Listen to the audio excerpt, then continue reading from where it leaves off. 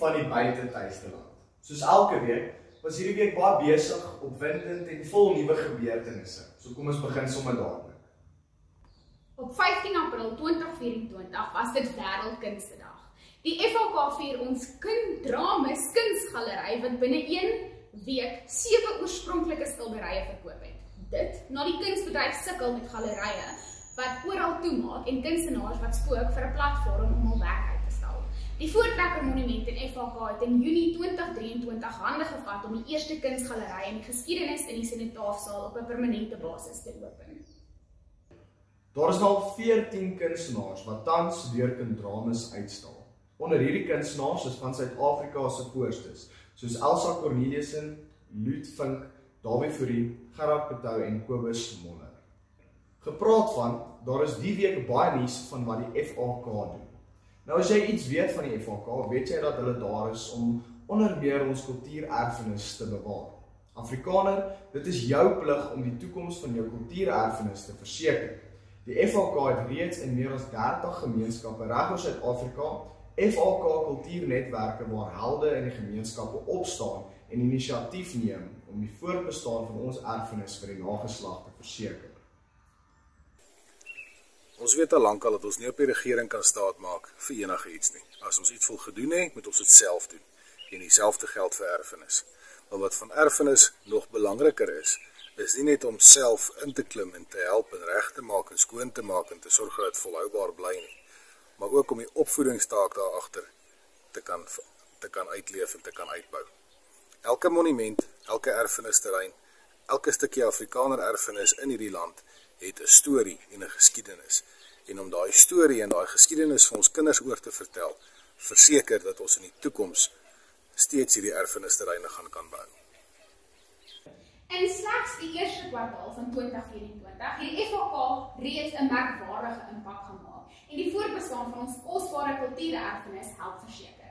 Meer as 15 projekte is landwyd aangepak om erfenisterreine op te knap en skoon te maak, die monumente te beveilig en te bewaar. Gepraat van kultuurerfenis, daar is niks so lekker soos om dit aan kinders te leer nie. Dis immers die toekoms van ons land. So ons is baie opgewonde om te deel dat 3 laerskole kan spog as die eienaars van Dion Opperman se Gogga gedigte kinderboek.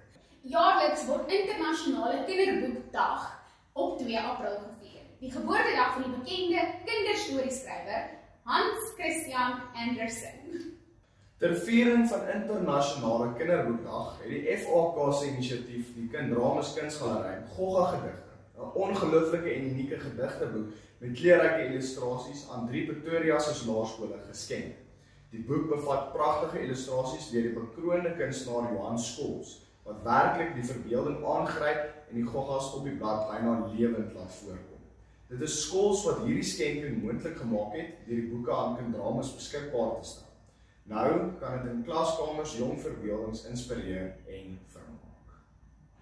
Die FHK spring graag in om Afrikaans te bevorder en die liefde vir die letterkunde aan die brand te steek. Nou kom ons by my gunsteling weer, die Voortrekker Monument se nuus. Nog nie heeltemal nie. Daar is nog een belangrike punt van die FHK se nuus wat ek met ons kykers wil deel. Die FHK Brandfort Kultuurnetwerk het op belofte om die Brandfort konsentrasiekamp begraafplaas skoon te maak nagekom. In Maart het die FHK aangekondig dat nog 'n kultuurnetwerk in die sentrale streek gestig is. Dit is die Brandfort Kultuurnetwerk. Hul grootste doel is om die Brandfort konsentrasiekamp begraafplaas op te knap en van dese week het hulle hierdie doel bereik. Dis baie opwindend. Ons moet beslis gaan kuier. Ek stem saam. Is dit nou tyd vir die Voortrekker Monument se nuus? Ja, die vloer is joune.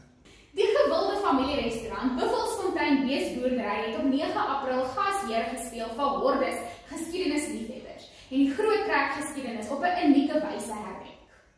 Vroeër vanjaar het Buffelsfontein die Voortrekker Monument en die Erfenisstigting hande gevat om die eerste geskiedenisvasvra-aand van sy soort aan te bied, toe hulle die slag van Majuba en die eerste Vryheidsoorlog herdenk het, met 'n interessante praatjie aangebied deur die gewilde sanger Pieter Smit. Hierdie maand was die fokus op die groot trek in die slag van Italië, wat plaasgevind het op 11 April 1838. Tydens die slag van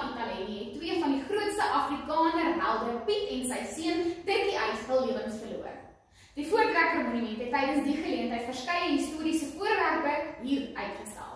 'n Bandolier, 'n kruithoring, 'n waterbottel, 'n verkyker en 'n voorlaaier. 'n Geweer wat dateer uit die groot trek.